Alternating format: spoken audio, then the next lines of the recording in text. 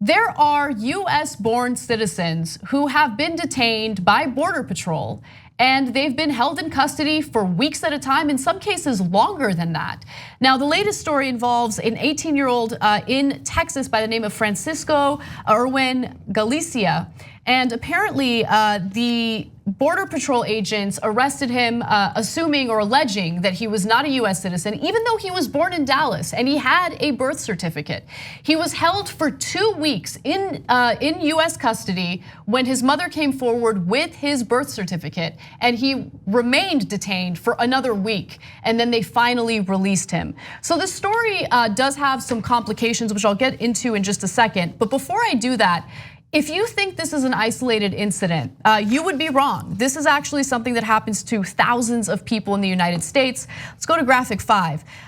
So the Los Angeles Times actually looked into this. Between 2002 to 2017, at least 2,840 US citizens were listed as being eligible for deportation. Yeah.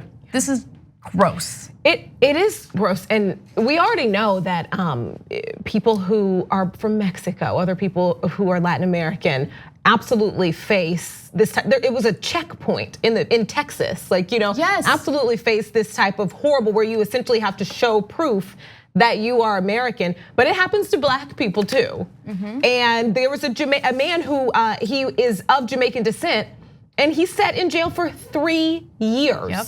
He sat in jail for 3 years because ICE didn't believe that his father had the right to be here. So then it was this weird, confusing story that had to go all the way up to the state Supreme Court in New York before he could be released. It took 3 years for an American citizen to be, like, this is ridiculous. And this is a kid, 18 years old, it's a kid. 18 years old, 3 weeks of his life in detention. Going to a soccer event. Yes, he was on his way to a soccer event with his brother. His brother, younger brother, was actually born in Mexico. So his brother remains detained. And so, look, this is such a crazy story because the mother, there were some issues with fraud. Like, she basically had her oldest son, Francisco, in Texas. Then when she was pregnant with the younger son, she decided to move back to Mexico, gave birth to her younger son, and then decided to come back to the United States. When she wanted to get a travel visa for Francisco, she thought it would be easier to do so by claiming that he was born in Mexico for some reason. So she claimed that he was born in Mexico when in reality he was born in Dallas, and it became like a bureaucratic mess. And so the mother takes responsibility for her wrongdoing, but nonetheless, she provided the birth certificate 2 weeks after he was detained. I mean, evidence that he was born here, and they still decided to detain him for another week. But it all comes down to her being afraid of what this system was, because he was a legal citizen, but she was not, and she was afraid that because she used a different name when he was born so that she wouldn't be detained in the hospital, that if she tried to cross the border with him as a legal citizen, that he would be taken from her. You're right, yeah. I mean, it's like her action stemmed from fear. It wasn't because she was trying to screw anyone over. Yeah. She was concerned about her own legal status. She was concerned about punitive measures by this government, which, I mean, we can see the type of punitive measures they take. And besides which, this again is not an isolated incident. You have thousands of people who were born here in the United States getting targeted. Why?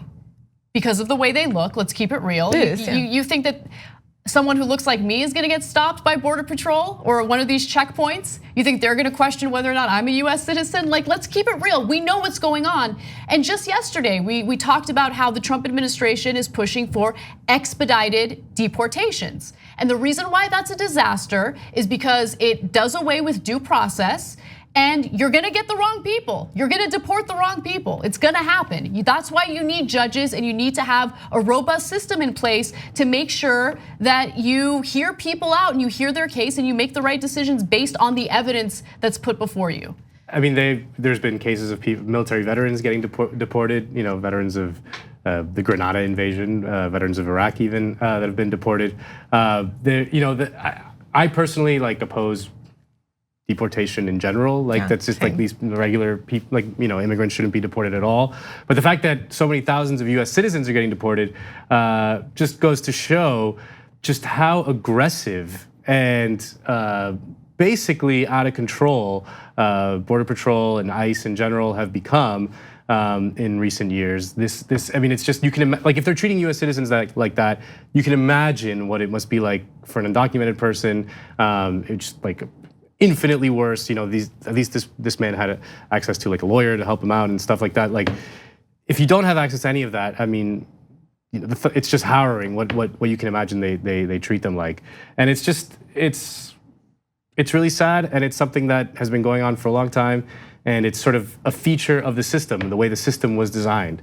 But if you call it out, then you're in favor of all sorts of nonsense that the right wing will mischaracterize freshman Democrats about, right? Oh, they want open borders. They want to allow terrorists to come into the country. No, like let's have a real conversation about the damage that's being done to all sorts of innocent people in this country from other countries as a result of our punitive actions and our punitive measures in response to immigration. And for what? And for what, exactly. And like the way that it's spun, oh, it's about protecting our resources. It's about, no, but we're spending so much money to brutalize people, right? To put them in these detention facilities. I mean, there's a reason why the stock value for Geo Group and CoreCivic, the two largest for-profit prison companies in this country, have shot up during the Trump administration. They've become so profitable off of this brutalization. Like, let's keep it real. This is not about saving money or protecting Americans. This is all about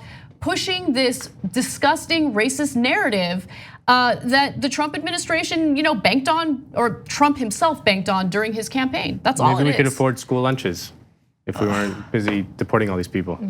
The TYT Plus app is now available on iOS and Android. Download to get more TYT content at tyt.com/app.